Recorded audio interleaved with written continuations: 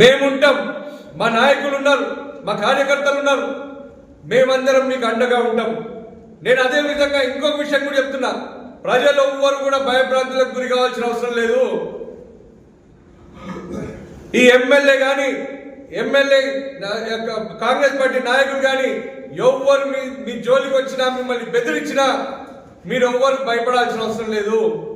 తాండూరు అంటే ధైర్యవంతులం, తాండూరు అంటే సత్తా ఉన్నోళ్ళం, వాళ్ళకి సంగతి చూపిద్దాం అంతే తప్ప ఎవ్వరు కూడా భయపడాల్సిన అవసరం లేదు.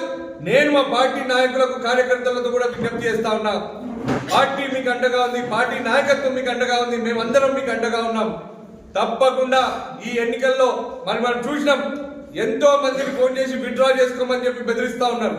అయినప్పటికీ గులాబీ సైనికులు ఎవ్వరు కూడా తయారు లేరు విత్డ్రా చేసుకోనికి. కరెంట్ కోట్ చూసిరు మీరంతా, కరెంట్ కోట్లు ఏమైంది అనేది. ఇంత అన్యాయమా? ఈరోజు చూడండి, నేను పాత్రికేయ మిత్రులతో కూడా విజ్ఞప్తి చేస్తున్నా, మీరు కూడా ఎన్నో సంవత్సరాల నుంచి ప్రజాక్షేత్రాన్ని చూస్తూ ఉన్నారు, ప్రజలకు ఉన్న వాస్తవాలను తెలుపుతా ఉన్నారు. ఇప్పుడు కూడా జరుగుతున్న వాస్తవాలు మీ ద్వారా తాండూరు ప్రజలకు తెలియాలని చెప్పి నేను మీ అందరితో కూడా విజ్ఞప్తి చేస్తా ఉన్నా. తప్పకుండా బీఆర్ఎస్ పార్టీ బలపరిచిన అభ్యర్థులు అత్యధిక స్థానాల్లో గెలవబోతున్నాం. తప్పకుండా ప్రజలందరూ ఖచ్చితంగా నిశ్చయించుకొని ఉన్నారు. ఈసారి వాళ్ళకు బుద్ధి చెప్పాలి.